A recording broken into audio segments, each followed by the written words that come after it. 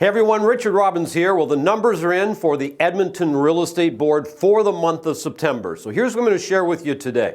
We're going to have a look at all of 2019. Then what I'm going to do is I'm going to compare September of 2019 to September of 2018. And I got some good news there in terms of sales.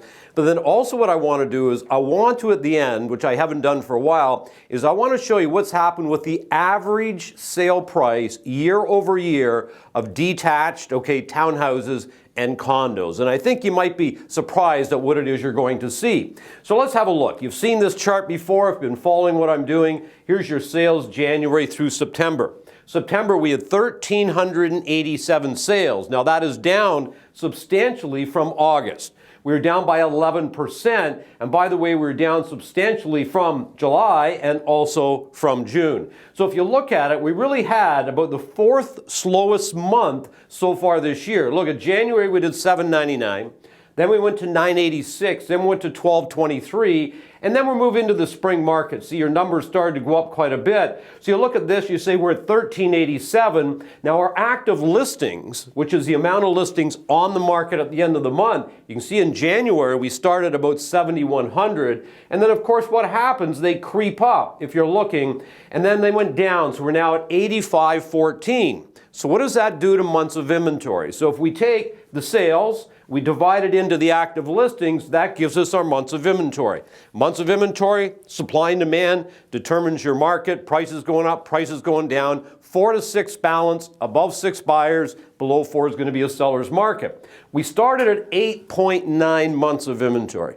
You're sitting here in a very strong buyer's market. You're going to see in most cases prices going down. You're going to see sellers having to be negotiable in their list price or list at a really good price. But then it went down to 7.5, then it continued to go down 6.8. We're starting to move more towards balance, and then April we went into a balanced market. 5.4, 4.8, 5.2, and look at July, 4.7, and then August, 5.6. So from April right through to August, we're in a balanced market, and now we're at 6.1, starting to slightly move into sort of that buyer market territory again.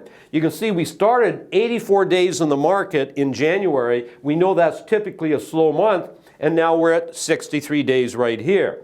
But how does this all compare if we do year over year? So let's have a look at this. 2018, 1,312 sales.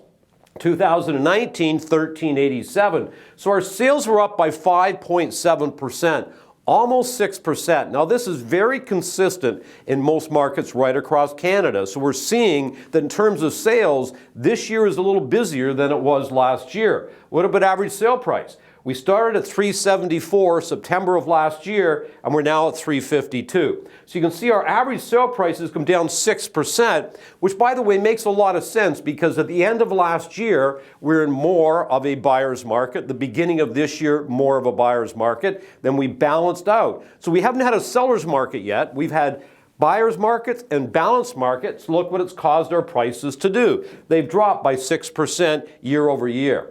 Now this is a chart that shows months of inventory for the last 3 years. Now I would say that there's some very positive trends happening here. It's not moving as fast as I'm sure some of you would like, but it's moving the right way. 2017 is right here. We started at 7 months. You can see it was a better year than it's really been the last couple years. And then we go to 2018, we started exactly the same place, 7 months of inventory.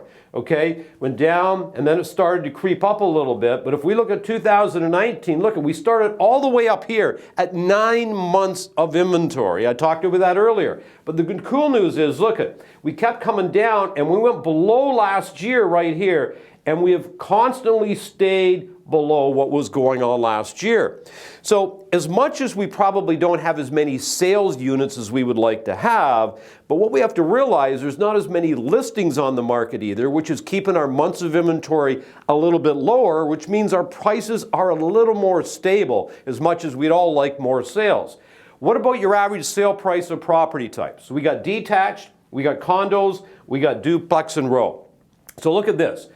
The detached 430 was September last year and went to 420. So your detached are down by 2.2% year over year. Look at condos though, 241, 218. Condos are down by like 10%. So right now condos are going to be very, very difficult to sell unless they're very attractive in terms of price to a buyer. Duplex and row houses right around the same, 345 and 343. What does this all mean? See, if I look at Toronto and I look at Vancouver, the condo market is very strong. Reason being, detached properties are unaffordable for most first-time buyers and many second-time buyers. So they tend to move into the condo arena. But the cool thing about, we talk about Edmonton, we talk about Calgary, we talk about Winnipeg and many other markets, is because your detached prices are affordable, your detached market is still a little bit stronger than what you're dealing with here in the condo market. Now, still a very balanced market when it comes to detached, but here's my suggestion. What's going to happen through the rest of this year, I would say, your sales are going to be a little bit better than they were last year, but they're nowhere near what they were 3 or 4 years ago, okay?